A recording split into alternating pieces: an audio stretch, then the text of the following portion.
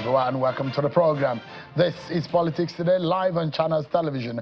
I'm Sean Kimale here in Lagos, Nigeria's commercial city.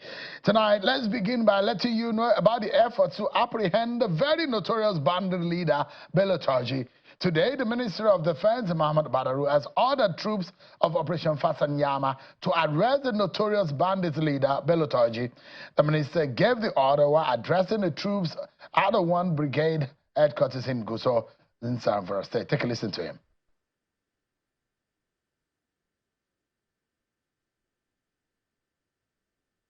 Federal government is really committed. President asked me to come and see what is going on because he's so concerned with the security situation in the Northwest, especially Zamfara. And he wants to get it end. And that is the instruction President gave us. Tell me what you want, but end the insecurity in the Northwest. To get them, you heard me. We will finish them. And that's the charge. And they promised to fight, and they have given me a timeline. And with that timeline, I'm sure all will be happy.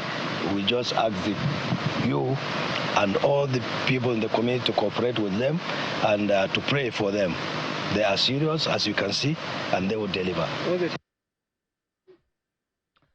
All right, those are strong words of commitment, that they will root them out and they will end insurgency, especially in the northern region of the country. Well, with those words of hope, let's check some of the other political stories we are looking out for you. And when we come back from that, we analyze for you the decision of President Bola Tinubu to do a minor readjustment of his cabinet.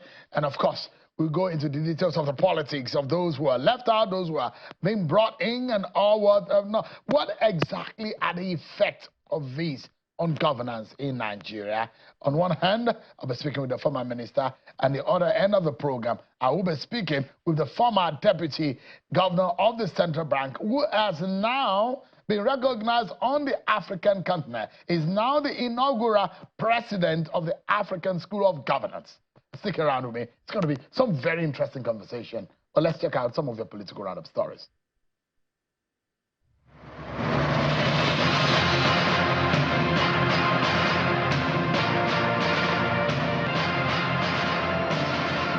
The Economic and Financial Crimes Commission has sought for adjournment on the hearing in its first charge against the immediate past governor of Kogi State, Yahaya Bello, and 2 others to November 14, 2024. At the resumed hearing, counsel to the commission, Mr. Rotimi Oyedepo, says the court issued a public summon against the former governor, directing that the same be published and that the charge be pasted. Mr. Joseph Daudu, senior advocate of Nigeria, who appeared for the second defendant, however, objected to this. He said that the matter was for arraignment and that they were ready, noting that the defendants were all independent and should be treated as such. The FCC's counsel, Oyedepo, however, said that the application for the bail could not be taken as the charge was a joint charge. Justice Mariam Aneni subsequently adjourned to 14th and 20th November for response of the first defendant to summons and/or arraignment. The governor of Ondo State, Mr. Lucky Ayedatiwa, has expressed confidence in winning the November 2024 governorship election in the state. Governor Ayedatiwa stated this during the campaign tour of Ifedore local government area of the state. He commended the people of Ifedore for their overwhelming support for the APC and urged them to vote for the party in the November 16th governorship election. And I'm so sure that come November 16, 2024, they will translate this support, this great turnout today, into vote that will make us to have victory during that election. Meanwhile, the governor of Oyo State has expressed confidence that the People's Democratic Party will emerge winner in the November 16 governorship election in Ondo State.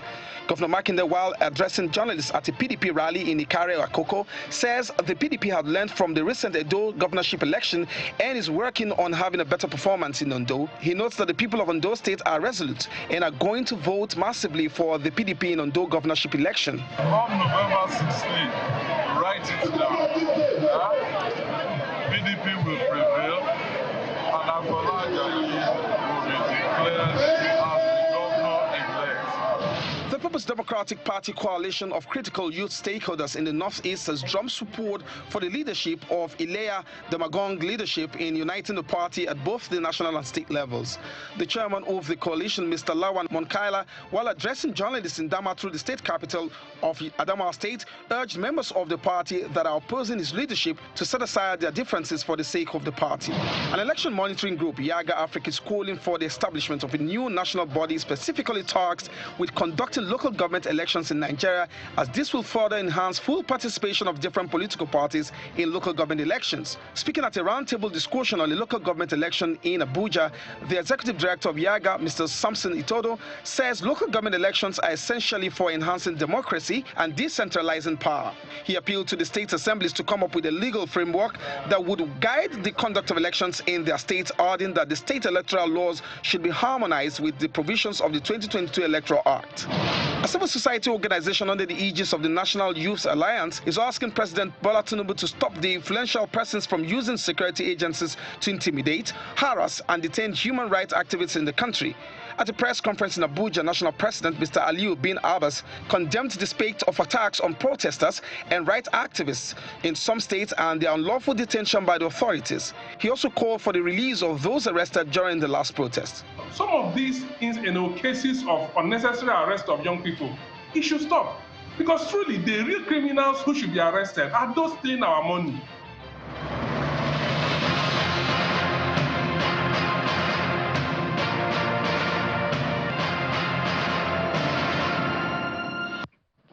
Let me ask you, everyone, a very big question. So when yesterday the presidency came out and gave us a list of a minor cabinet readjustment, what did you think about it? Was it what you were expected? Were those new names, did they meet your expectation? Well, this is tonight what we're going to be focusing on. And let me begin tonight by looking at what happened. Yesterday, the president came out to make public the intention of President Bola Tinubu to review the formation of his team, or the reformation of his team, as he announced some minor readjustment. Today, the Senate says it has received a request from President Bola Tinubu for the confirmation of the appointment of 7 ministerial nominees announced yesterday. President Tinubu's request seeking expeditious consideration of the request was contained in a letter addressed to the Senate.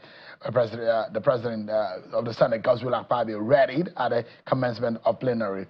President Tinubu has asked the Senate to consider and confirm the 7 nominees for appointment as ministers. In compliance with the provisions of Section 147, subsection 2 of the Constitution of the Federal Republic of Nigeria 1999 as amended, I am pleased to forward to the Senate the underlisted 7 nominees for confirmation as ministers of the Federal Republic of Nigeria. They are Dr. Nentawe Jilwada, Muhammadu Maigari Dingyadi, Bianca Odinaka Odumegu Ojukwu, Right Honorable Yusuf Abdullahi Atta, Idi Mokhtar Mahai, Dr. Jumoke Oduwale, Suwaba Said Ahmad, PhD.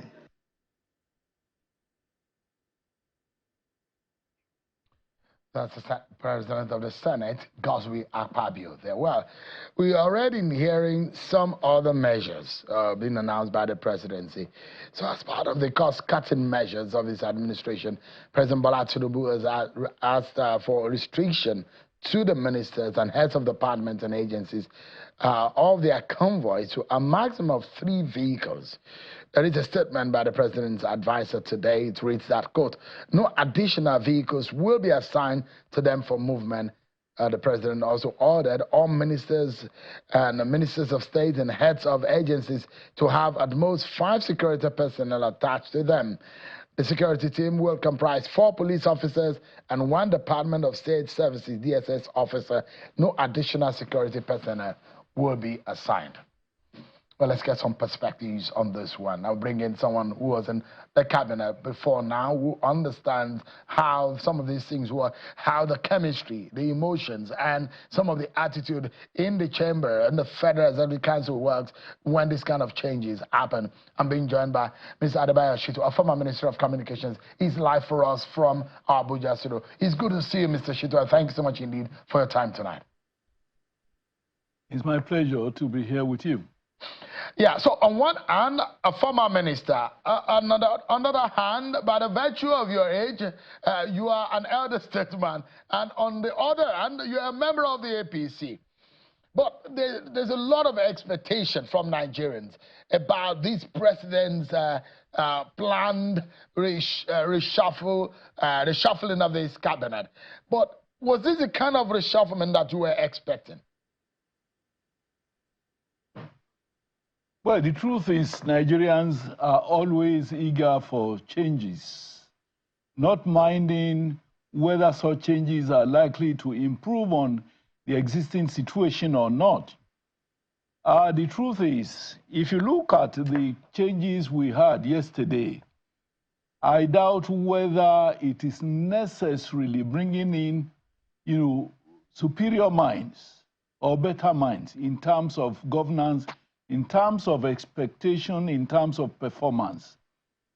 The unfortunate thing in our country is that when ministers are appointed, almost, as soon as they are, sworn in within the next 2-3 days, they assume their offices without going through any form of tutelage, without going through any form of reorientation, without being presented with what I call the syllabus of the jobs or responsibilities that they are supposed to, undertake. So it is more often than not a trial and error thing. So as far as I'm concerned, I'm not really excited. It's just a case of, some Nigerians are being asked to, move on. Some other Nigerians are being brought in, which does not necessarily mean that those who have been so shoved aside are inferior to those new people being brought. So I think one thing that government must start to think of and must start to do is that when people are appointed to such important positions, they should have, they should have bylines, they should have contents of the assignment that they are being given. Somebody who, for instance, has never taught in a school, perhaps is an engineer, perhaps is a medical doctor, if he's appointed into, for instance, a Ministry of Education, certainly he is going to start to learn on the job. Well, if he's sufficiently intelligent, he perhaps may be able to learn very fast. But being brought into any of these offices does not necessarily imply that such people being brought in know what they are supposed to do, because, it's like we just assume or presume that these new people we are bringing in, will be able to cope. Mr. Shitu. So yeah. As far as I'm, yep. Yeah, as far as you're concerned, you are going to land on that. As far as you're concerned, as far as I'm concerned, I think government should to evolve a procedure of getting packages for them and getting some period of tutelage, some period of orientation. Not orientation necessarily on morality, don't, you are supposed to assume office, you don't do this, you don't do, no. The core assignment that they are going to be undertaking in the respective ministries, they are supposed to have, write-ups on it, they are supposed to have some tutelage, some training, which would, orientate them sufficiently. All right. So that it won't just be,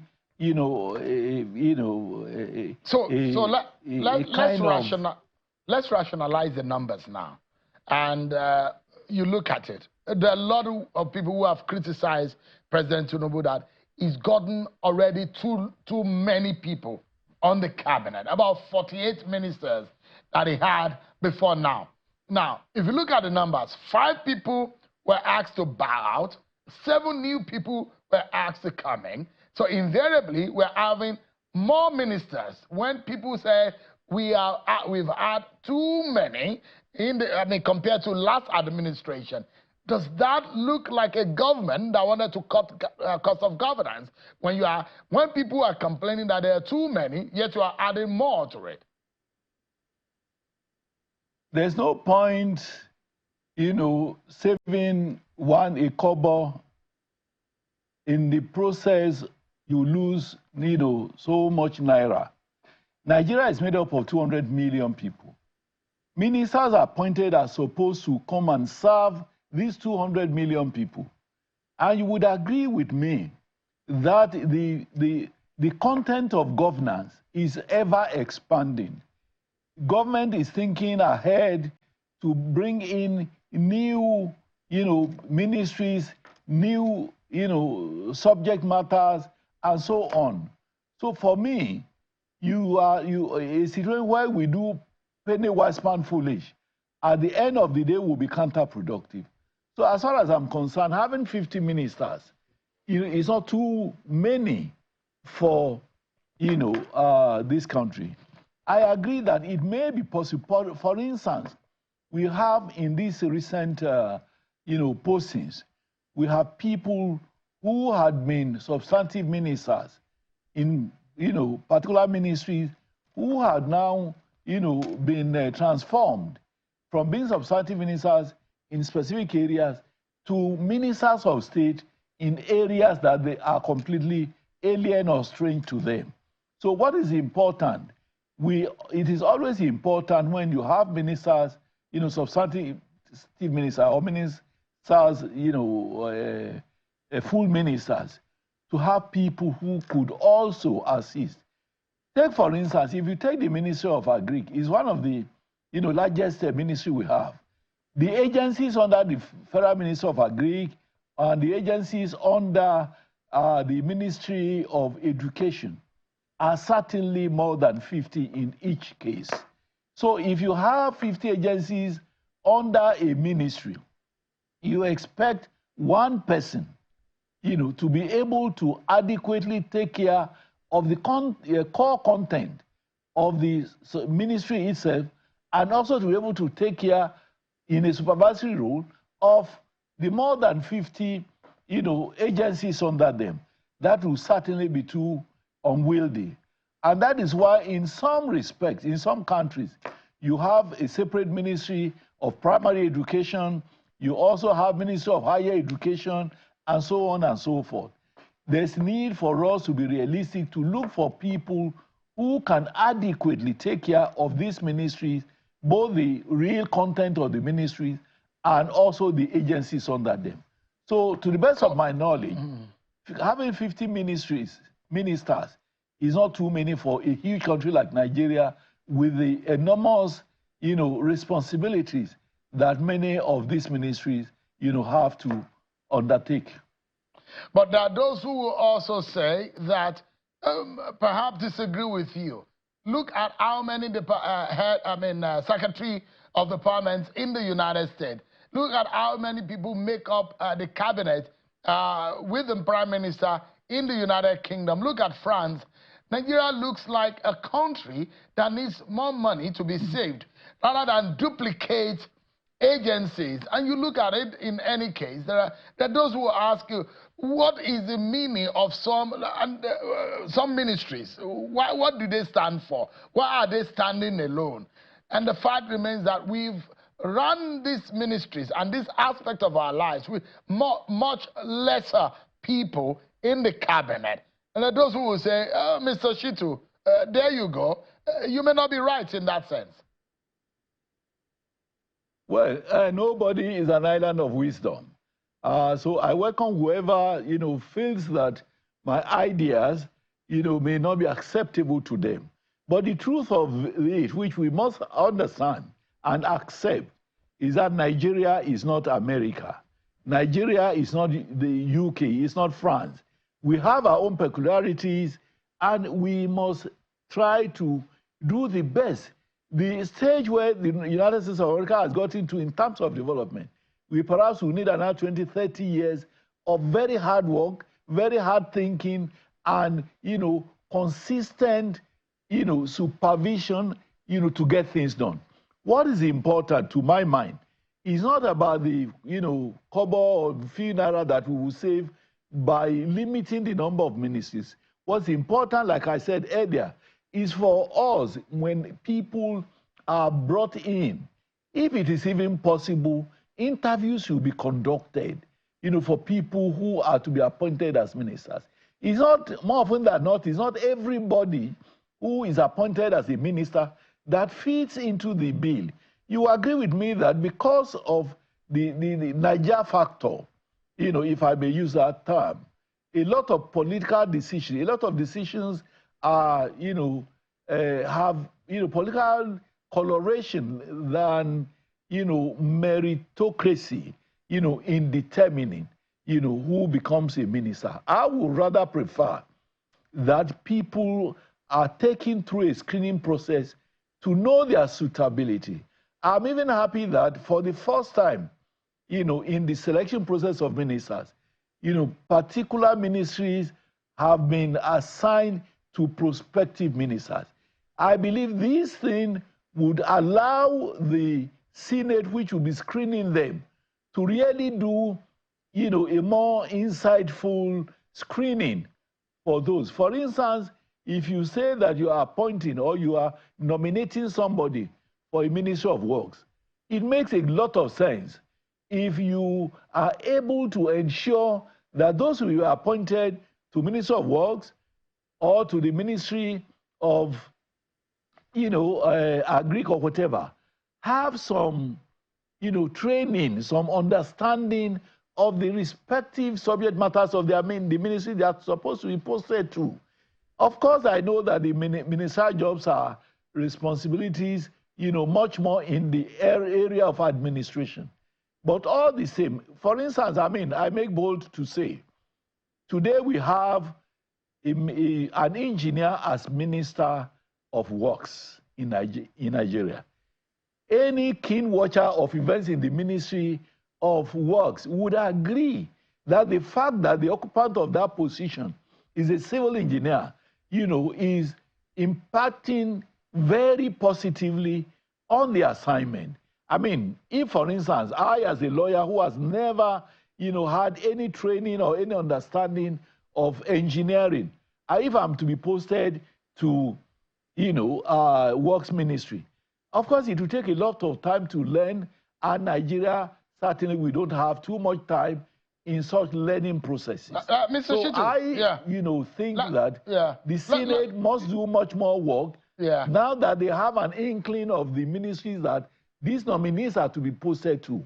They should interview them properly and be sure that these people will be able to perform optimally in the ministries that they are supposed to be, posted to. Otherwise, Mr. Shitu, so let me jump in quickly. Now, the question here on the minds of Nigerians, and perhaps tonight, a lot of people will care less who makes the cut, how many people were in it, but what will matter to a lot of Nigerians is what is in it for them.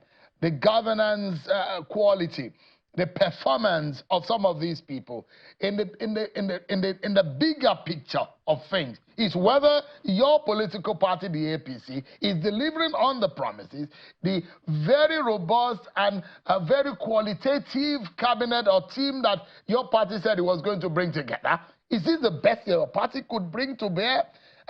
Are you proud of this crop of people that your party has put forward to help President Bola Tinubu with his renewed hope agenda? Yes. Look, it would be wrong for me to presume the negativity on the part of any nominee. And that is why I'm suggesting, notwithstanding which party is appointing nominees, there should be proper processes of screening, and there should be some orientation. No, Minister. Before people are Minister Shitu, the question I'm asking is, are you proud as an APC member that in this age and time, with the present reality of our country, with the economic and social issues in our country, is this the best kind of team? If you were in the private sector and you had to put together a team to deliver with the kind of situation we are in today as a country, is it the best that you could you will put together? It will be wrong of me to prejudge. Of the 7 No, this is not a prejudgment. Apologies, this is not a prejudgment. We already, you're just adding 7 to it. You're just adding 7 to it. You remove 5. The question is that, are they delivering with the time that we have on our hands? Nigerians don't have the time. There's going to be another election. Their lives, days are going by every day. The lives of people are on the line here. Are these the crop of people that Nigerians deserve? I am not one to be judgmental. I am not one to be judgmental on those I perhaps have never known. For instance, in the new 7-member, cabinet, I know that Jumoke, Dr. Jumoke, had worked under Buhari's administration, and she performed very excellently in the area of trade and investment and commerce and all of that. And I'm proud that she's one person I can vouch for, that she would deliver very excellently. All the other 6, I don't know any of them. And since I don't know any of them, it will be wrong of me to presume that, to presume negativity on their part. So it is Mr. President. Sorry, sir. Apologies to Burton again. Bring about these things. When Obasanjo was putting up his team, there are those who far and wide will say, look, he's got a knack for the kind of people that can get the job done. And so when the team is being put together, the same way a lot of people talked about Bola Tinubu when he was governor of Lagos, there are those who applauded and said, look, this guy has got eyes for the kind of quality. And you can mention names. Lai Mohammed, Babatunde Raji Fashola, Akinwumi Ambode, and the whole list of people who worked with Bola Tinubu when he was governor of Lagos. A team as a governor of Lagos, but at the federal level. Would you say, look, as a member of the APC, this is the best that Nigeria could get? I would challenge anybody that during Tinubu's time, all the iconic individuals you mentioned, their merit came out only after they had been appointed to various assignments. Nobody knew most of them before they were appointed. In the same, situation that we have now, I think the same Bola Ahmed Tinubu of the gubernatorial era must have improved even in his assessment and recruitment drive. So I want to presume he knows all the facts, he knows the qualities that each of them has, he knows the information he has about each of them, and we can only allow for time for these people to be able to excel and to distinguish themselves. The only advice I would add for Mr. President to do is that there's need for proper content of each ministry to be given as deliverables and as a challenge to those to be appointed. Unless we do that, it will be too judgmental for us to assume that because most of these names were not names that we had been hearing, previously, that because of that, they will not be able to perform. We have to allow them to distinguish themselves, and now they have a challenge. They know that if people who had been there, some of them were asked to, exit, they know that the same fate would befall them if they fail to perform. Quickly, but I think the challenge also remains with Mr. President. I like us to anchor on this note. So the president has given an order. No minister must take more than 3 vehicles in their official convoys. Is this a good way to go? You think that we should prune it down the more? Well, a minister, by virtue of his position, would require security attachment because they have now been politically exposed. And you don't want, because somebody has been appointed a minister, so you leave them to, the evil members of society. So I think it is not true. Number one, every minister going on assignments must have an extra vehicle. In case the main vehicle breaks down, there must be another one to, get him out of dangerous way. And of course, a minister would necessarily have, security people, around him. So I think 3 is not, too small a number, and it's not too much. So I support Mr. President in limiting, convoys of ministers to only 3. On a final note, Mr. Shitu, there are those who have said, come 2027, when your party will be asking for vote again, the morning will determine how the evening will look. Do you think if your party went to the ballot today, that Nigerians will look in the way of your party based on the performance of every cabinet member that we have today? You see, interestingly, I think you ought to know that the term of every president is 4 years. It's not 1.5 years, and it's not 2 years. And I believe there's a lot of work in progress which have been, started. And I trust that in another 1 year, Nigerians will start to see the goodness in the current government's efforts. You will recall that part of the causes of the problem we are in today is the negligences of the past. Over the years, we the have past which you belong to, Minister Shitu, you were part of that past in the Buhari regime. Is that what you are referring to? The negligence of the government you worked for, isn't it? Even beyond the Buhari administration, we had been living on loans and loans and loans, borrowings and all of that. And when Tinubu came, he just decided that we have had enough of living on borrowed times. We have had enough of postponing the evil day. We must, for once, cut down on unproductive borrowings and ensure that we live within our means. All right. Of course, part of the things that Minister, Nigeria we are totally out of time. Yeah. Thank you so much. Unfortunate. I hope next time you allow for more time, because there are so many issues that we need to bring, to the attention of Nigerians. I do agree. So, but I must sincerely for instance, thank you. You would, for instance, want to ask, how do we get out of this borrowing situation every now and then? Nigeria has been very unproductive. Yeah. We hardly have much to sell to get dollars, foreign exchange. All right. In such situation, we will continue. Yeah, we'll have those kind of conversations, but thank you so much. It's always a pleasure having a benefit of your experience, your knowledge, serving in the federal cabinet and sharing what it looks like when this kind of situation happens. Thank you so much indeed, Honorable Adebayo Shitu, a former Minister of Communications under the Buhari tenure. Thank you so much indeed for your time tonight.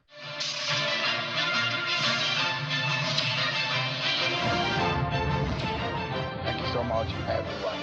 I'm very sure some people will remember this popular saying that Africa's story has been written by others. We need to own our problems and solutions and write our story. But one of our own, a former Deputy Governor of the Central Bank of Nigeria, Professor Kingsley Moghalu, has been appointed the inaugural president of the newly established African School of Governance, which will set aside to transform the continent's leadership landscape by meeting the diverse needs of leaders across Africa. The African School of Governance Foundation announced the establishment of the ASG Graduate Institution with headquarters in Kigali, the Rwandan capital.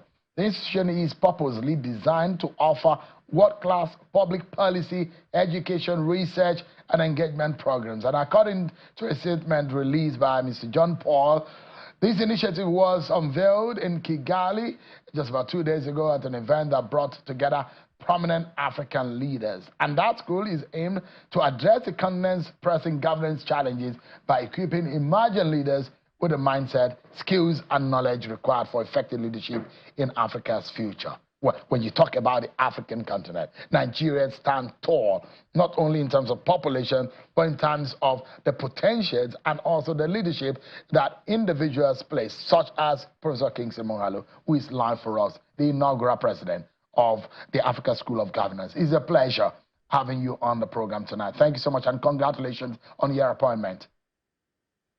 Thank you. Thank you, Cheryl. Nice to be with you again. Thank you so much indeed. We've heard about Harvard School of Governance.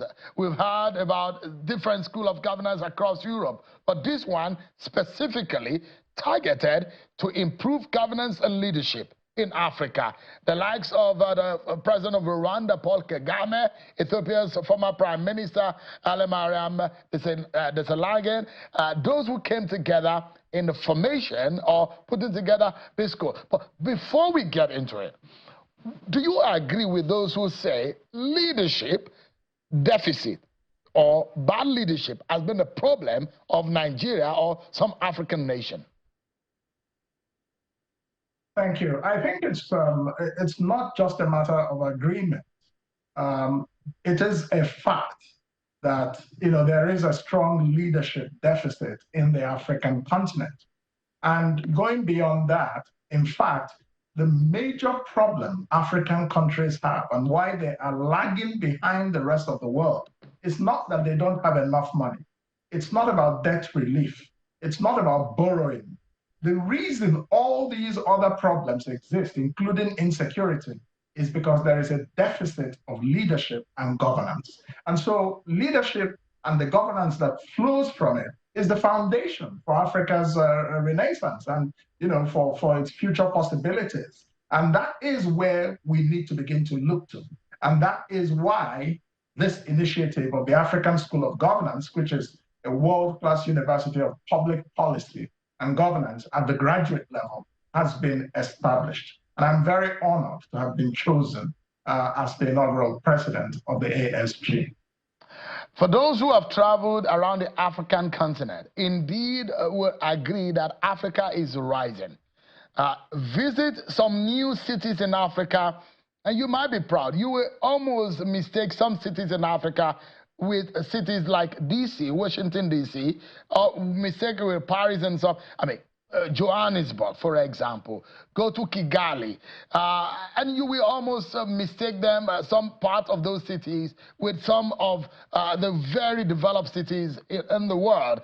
And those who believe that, yes, there is a huge corruption in leadership of those who govern Africa. Sit tight concept of governance in Africa. But it looks like things are changing.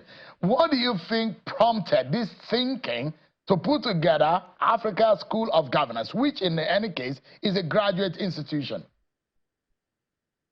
Well, the thinking behind the African School of Governance, the ASG, is that it's not, some countries in Africa are doing relatively well, but there are still too many countries on the continent where there is still too much poverty among their citizens. And that's the ultimate measure. It's about the welfare of the citizens, And when you look at that, then you look at the productivity of Africa's economies in various countries, you find that it's still very weak. Many of the African countries are still very natural resource dependent, and this creates a lot of economic problems for them.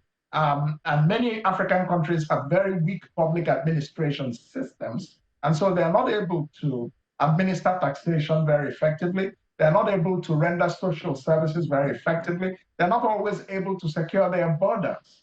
And these are the real indices of development. And even though several countries have made progress, there are still too many who are far behind.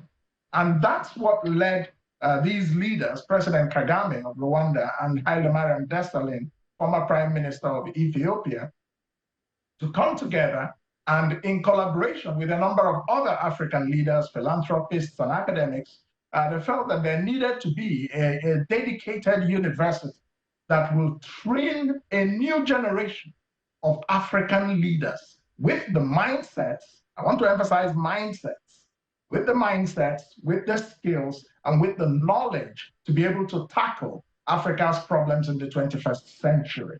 So, that's what's behind the ASG. There are a number of other schools of public policy in the continent, but what sets the ASG apart is our focus on mindset. Because as a man or a woman thinketh, so is he or she. There are many people in Africa who are very well educated. There are many people who have skills, but there is a certain cultural problem in the political and leadership and governance firmament of the continent that is preventing a real transformation. So when you say Africa is rising, it's actually a debatable statement.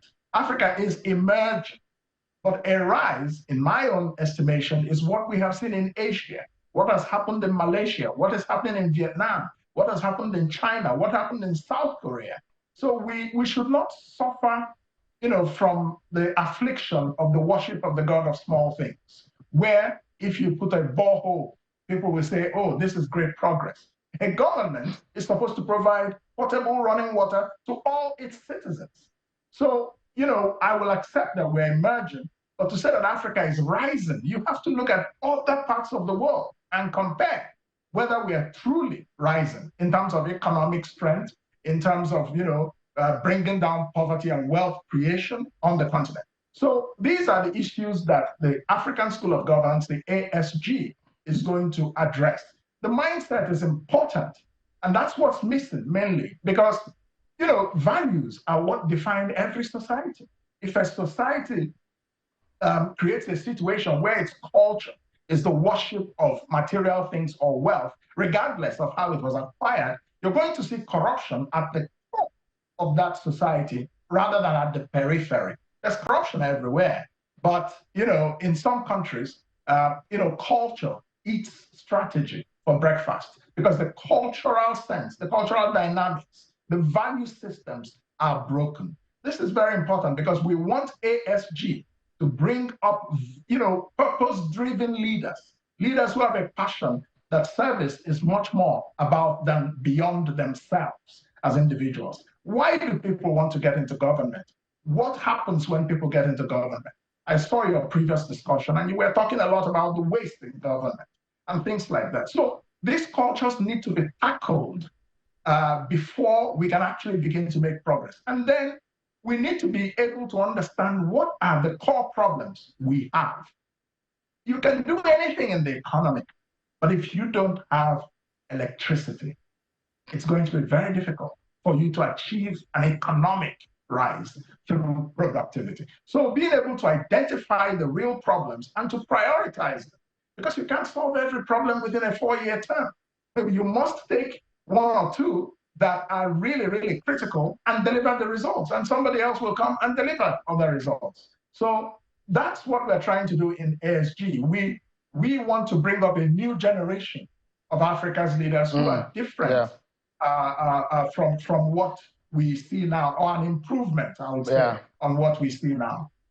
I know that you sort of temporarily retire from commenting or speaking about Nigeria issues. You've tried your best. A lot of people will say, Professor Kingsley Mohalo, but I do like to remind you that you are our pride from the Nigerian, from Nigeria to the rest of Africa, and we donate you cheerfully to the rest of Africa to lead in that sense. And congratulations once again. But don't turn your back on us, because people like you, your knowledge is required for our nation to move forward. But I'd like to drive down on a particular point which might need your intervention in terms of your knowledge base, whether working in Nigeria in the central bank or working outside of Nigeria in some other institution. And this has to do with the BRICS nations and the what we see as the alignment of listing of Nigeria into that bloc. And that those who will be asking, for example, the philosophy of the ASG, is it going to be asking the Africans to have a mentality to stand on their own, or what exactly, or to align with the West, or align with the East, or what exactly is the philosophy that you think, in line with what we're seeing with BRICS, the planned summit in Russia, and some of the conversation going on globally on the global economy? That's a very good question, Sharon, because as I was saying, this is what sets ASG apart, the question of the mindsets. So ASG is going to provide world-class education in public policy and governance that is context-specific. We're going to be looking at the realities of the African environment, not just theories, about what should work elsewhere or what has worked elsewhere. So we believe that Africans should address African problems and make the best use of Africa's cultural contexts. Africa is the home of innovation, and we should be able to bring that innovation now systematically into the process of governance in many African countries. So we're going to have, for example, a center, a research center for homegrown innovations in governance across Africa. We will have a center for African history and leadership. We will have a center for trade and regional information integration. We will have a center for technology in governance. So our philosophy is that we are going to be world-class, but from an African standpoint. We want the African narrative that is genuine and original, because that's how everybody else has developed. They've developed on the basis of their own cultures and of their own contexts. And you see it in China, you see it in most of Asia, and you see it in the West. So Africa has to have its own worldview. And I made this argument in my book 10 years ago, Emerging Africa, how the global economy's last frontier can prosper and matter. We cannot prosper except we are determined on our own terms and looking at ourselves and holding ourselves accountable for our progress. We cannot rely on loans from outside Africa or aid from outside Africa. 50, 60 years of all that, and where are we today? So Professor Malu, are you saying that Nigeria, for example, as a leading nation, but there are those who argue that economically we are fourth on the continent in terms of the GDP, but then are you, with the benefit of your knowledge, would you say that our reliance or the manner in which we listen to the Bretton Woods institution should be reduced, or we should just ignore them? What kind of attitude do you think we should give to these Bretton Woods institutions? Have they benefited us in any ways? You cannot ignore global international institutions of economic governance that you are a member of. But if you have to recognize that you were absent at the creation of these institutions, which were created after the Second World War, and many African countries were not there, you have to then question, for what was this purpose, was this institution created with you in mind as a decision maker, or are you there as a joiner? So African countries need to have their own strategy in approaching international institutions such as the IMF and the World Bank Group and the World Trade Organization. So I'm not saying we should ignore these organizations. We should do what China did. China did not join the World Trade Organization for 15 years after it was established. They looked inward into their own country, preparing all their industries, educating their people, looking for the loopholes. And when they joined WTO, within a short time, they became the world's greatest trading nation. This is the kind of worldview and strategy that we want African countries, and that is what we'll be teaching at the ASG. So that we are not just, passengers on the bus of globalization. So, at the very least, so if you look at a brief of economic history in Nigeria, in about the Second Republic or so, you had the emergence of individuals which education was not so much, but then they did a lot. We had local business entrepreneurs in Nigeria, the Odutola brothers, the Odumegu Ojukwu, the Dantata in the north, and we had regional entrepreneurs who were doing very much well. But it came when we saw oil money, the rent concept of economy just took over, and the government, the Civil War did a lot of battering to our mentality, and things were decimated. Government took over, but again privatization came. Thank God that those ideas brought the likes of a new businessmen and billionaires in Nigeria, the Dangotes, the Elumelus, the John Momos, who went into the private sector, in the media, for example, in the telecommunications. 2 years after MTN and Econet came, we saw Globacom, and the rest is history today. What kind of attitude should we be having if we want to own our own And I quoted Paul Kagame earlier that we need to start writing our stories as Africans or as Nigerians. What is the best way out of our quagmire? Well, the best way out of our quagmire is to develop a mindset across millions of people, young people, and people who are currently senior executives in government. Let me ask you a question. You talked about the Dangotes, the Lumelus, and all the wealthy people. What is the percentage of Nigerians living in poverty today? That is what matters, and that's how a country is assessed.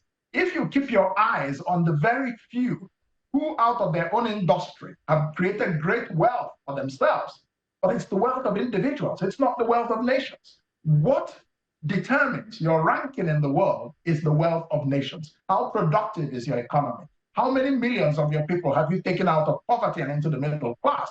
And the reason Africa makes this mistake is because we worship at the altar of the GDP growth and as an assessment of how well we're doing. What we should be looking at first of all is how many millions of people have potable drinking water, how many millions of people have health insurance and access to healthcare, how many millions of people have education that is functional and skills-based. Those are the foundations you must lay before you move into the focus on economic growth. And beyond economic growth, you must then keep your eye on structural transformation, which is a move away from agriculture or natural resources like oil to productive economies that have economic complexity. So the problem Nigeria is having, and many African countries are having it, is that they are missing something. I keep talking about it. Nationhood is very important. Development begins in the mind. If a people are not united, if they don't have a common view, a shared ambition of who they are within the space they inhabit and what their future is and where they're going and how to get there, it becomes a problem because the politics becomes a contest, a food fight, an ethnic and sectarian food fight for who will control oil rents. That's what's the problem in many countries in Africa today. And so the matter of nationhood is job number one, but we leave it, we jump over it and keep talking about economics, macroeconomics, and we just keep wallowing in the same problems. So, at ASG, we're going to be coming at the matter of governance and transformation and leadership from very strong and original structural foundations. Thank you so much, Prof. ASG, African School of Governance, an initiative by Rwanda's President Paul Kagame and former Prime Minister of Ethiopia, Prime Minister Desali. Thank you so much. We are proud of you, Professor Kingsley Moaluiz, inaugural president of the Africa School of Governance, our ambassador there. You've done us proud before. You will do it again, but we wish you the very best. Congratulations. Thank you so much, everyone, for watching tonight. That's our show for today. Many thanks, everyone, for watching. I'm Sean Akimale. Bye for now.